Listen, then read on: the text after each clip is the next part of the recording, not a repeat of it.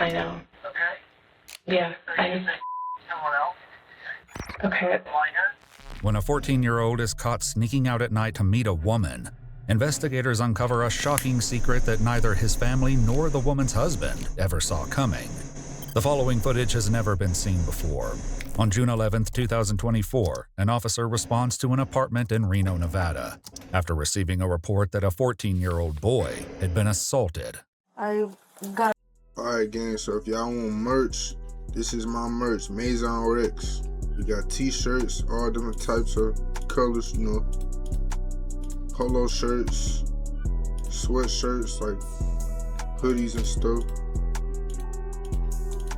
We got, you know, the girl hoodies, the crop hoodies. We got some hats, we got some beanies, some backpacks. Link in the description. Yeah, let's get back to the video. Around 11:30, tell him that I was going to work tomorrow.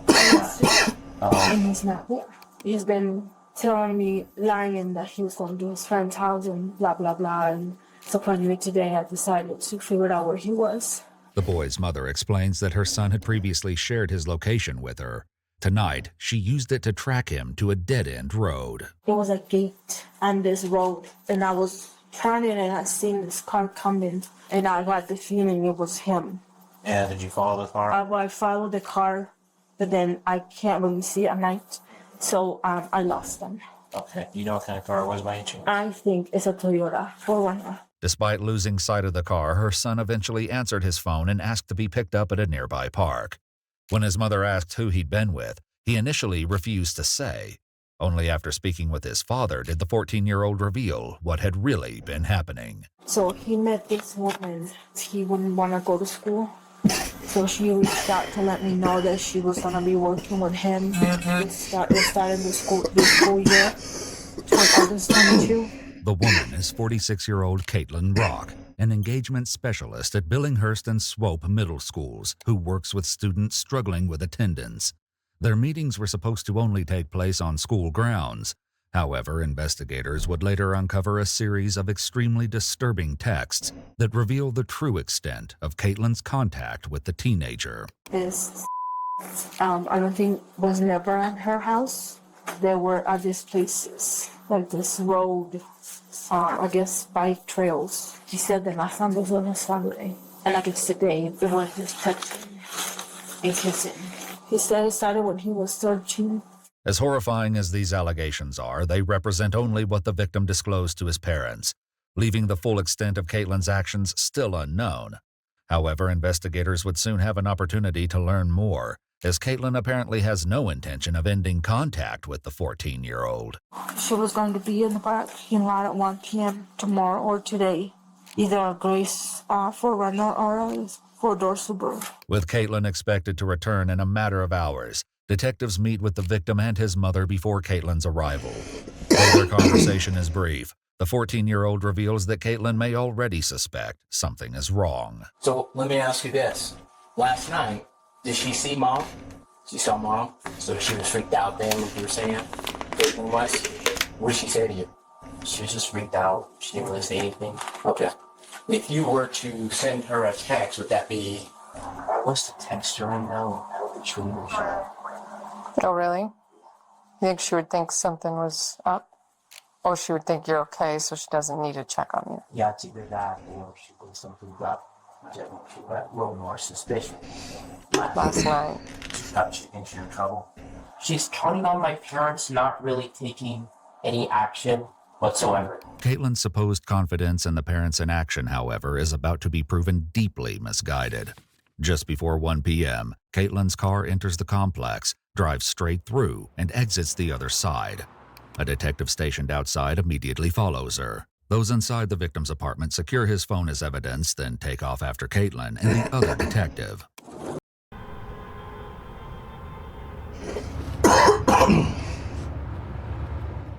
With Base 44, a simple sentence.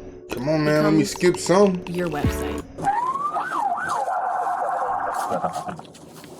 I would have accepted.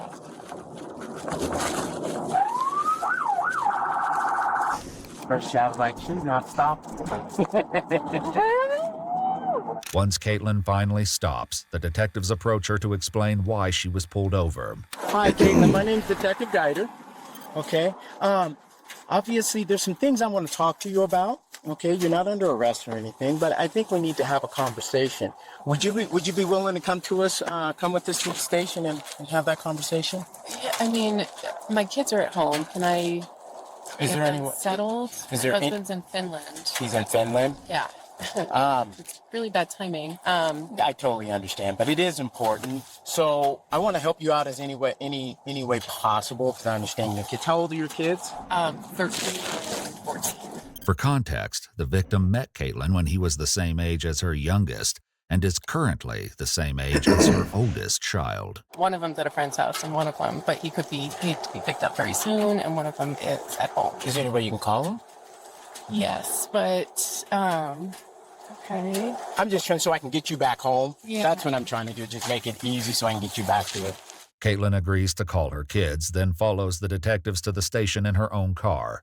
What she doesn't know is that investigators already have the victim's cell phone, and with it, a record of their private conversations. Do you have any idea why we're talking today? I am really wondering why, but can you tell me? Yeah, I think you might know, and I want to hear, because again, I just want to have a conversation since there's always two sides to every story. Right, And I think you know why. right. Do you know a young man by the name of... Yeah. Talk to me. Okay, was on my caseload last year. Sure. Okay, and then, he has since moved away, lives with his dad. Okay. And, you know, we've kind of, like, connected. I saw him, you know, out and about in the community. Sure. And, you know, it was just kind of good to reconnect. And Sure. I feel like we had a good connection. Okay. How long did you work? Probably for maybe half a year Okay. So you kind of know him. or yeah. What yeah. kind of kid is he? He's really interesting and funny and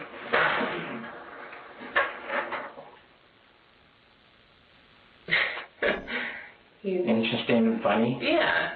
Okay. And how old was he when you first started working with him? Well, he's so 13 in 7th grade. Well, that's what this is about. Okay, I'm going to tell you that right now. Okay. It's about him.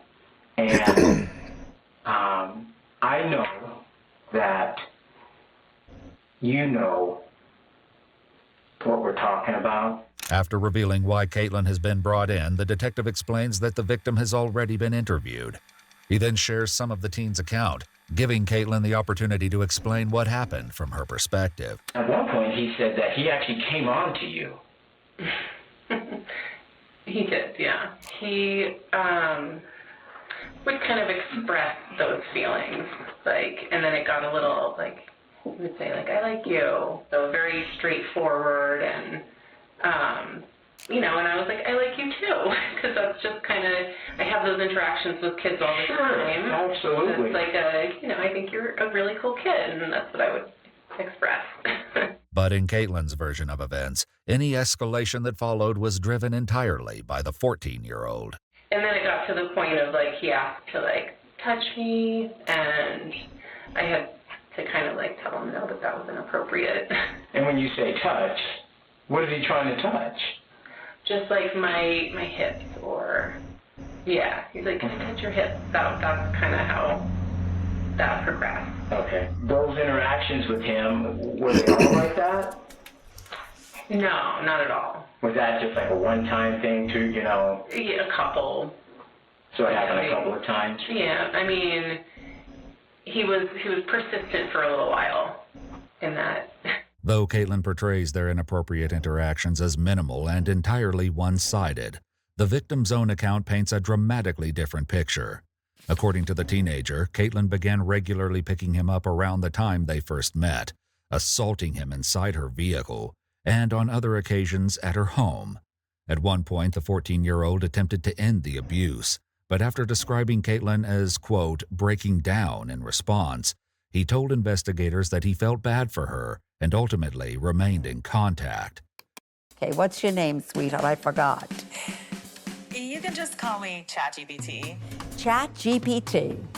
With both accounts sharply contradicting each other, the detective now turns to something that could offer far greater insight into the nature of their contact, how the two communicated outside of school. You guys communicate over cell phones? At a point, he asked for my phone number. Okay, tell me about that. What happened with that? So, trying to remember. Sure, take your time.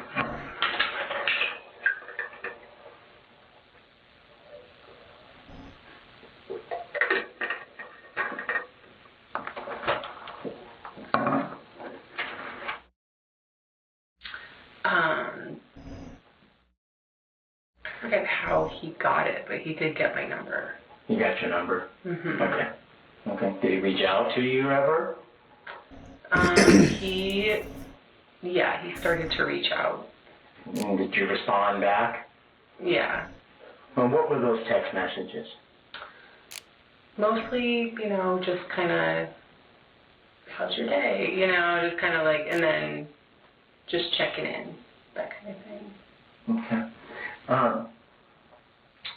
Because I have his cell phone. Okay, and now I think there's more text messages. Okay, so I want you to be honest with me. I don't know if I can express that right now. Okay, take your time. I get it. Yeah. I totally get it. Like maybe a lawyer would be good. Though Caitlin requests a lawyer, bringing the detective's interrogation to an end, her time in the interrogation room isn't up just yet. As for the text messages, their contents were far more explicit and more disturbing than Caitlin ever let on. In one exchange, Caitlin messaged the victim, quote, "I miss being in your arms." In another, when the victim informed her that his mother was sleeping, Caitlin responded with, "Good, because my bed feels lonely without you here." Following the end of her interrogation, the detective allows Caitlin to arrange care for her children, forcing her to explain to her family why she would not be coming home that night. Hi, Mom. It's something I'm in a interrogation room right now, being questioned about. It's about an inappropriate relationship with a minor. Yeah. And I'm sorry for humiliating and embarrassing the family. He was interviewed, and kind of they have our text messages and stuff. I'm going to obviously lose my job, I'm going to lose my family, I'm going to lose everything. I just want to die. As the consequences of her actions begin to set in, Caitlin arranges for her mother to pick up her kids and ends the call. However, there is still one person left she needs to inform, her husband. First, she sends him a text that reads, quote, "I have some bad news. I am a horrible person and need you to come home ASAP. I've been having an inappropriate relationship with a minor. This is not a joke. I am being arrested." With the message sent, Caitlin can only wait for her husband to respond. But before he does, the detective returns with some news of his own. Okay, I think I'm good. Okay, all done? Mm-hmm. Okay. Caitlin, you are under arrest. Okay? The detective Mirandizes her and explains the process for search warrants they will be executing at her house. In the middle of the explanation, however, Caitlin finally receives the call she had been waiting for from her husband. Hi. Babe, hi. Yes. Did you get my my message? Okay. Okay, so I am here being arrested. What the hell is going on? I'm very, very sorry for this, that it's happening like this. I don't know even what to do. I know. You ain't sorry. Yeah, Someone else? okay. Minor? I don't want to get into minor. it, please. Okay. my life is over. I'm sorry. I f***ed everything up, and I'm sorry. What? Hey. Her husband's unusual question seemingly suggests he doesn't believe the call is even real. I want you to tell me the name of the middle name of the birth subject. It's me. This is really happening. This is with the male. Yes. Okay.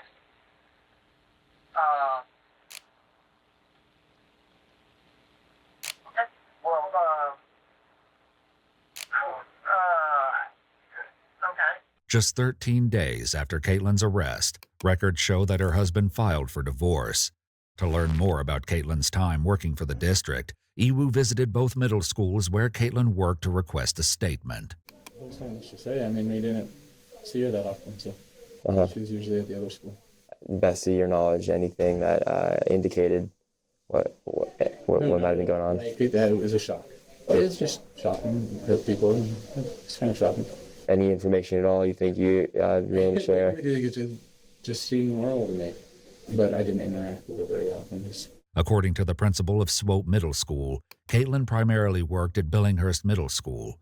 However, they declined to comment. Iwu also attempted to obtain a statement from the Washoe County School District Administration Building, but it did not go quite as expected. I was sent here to see if I can get anybody to give a statement on the case. I'm sure you guys have heard of Caitlin Rock. What's that?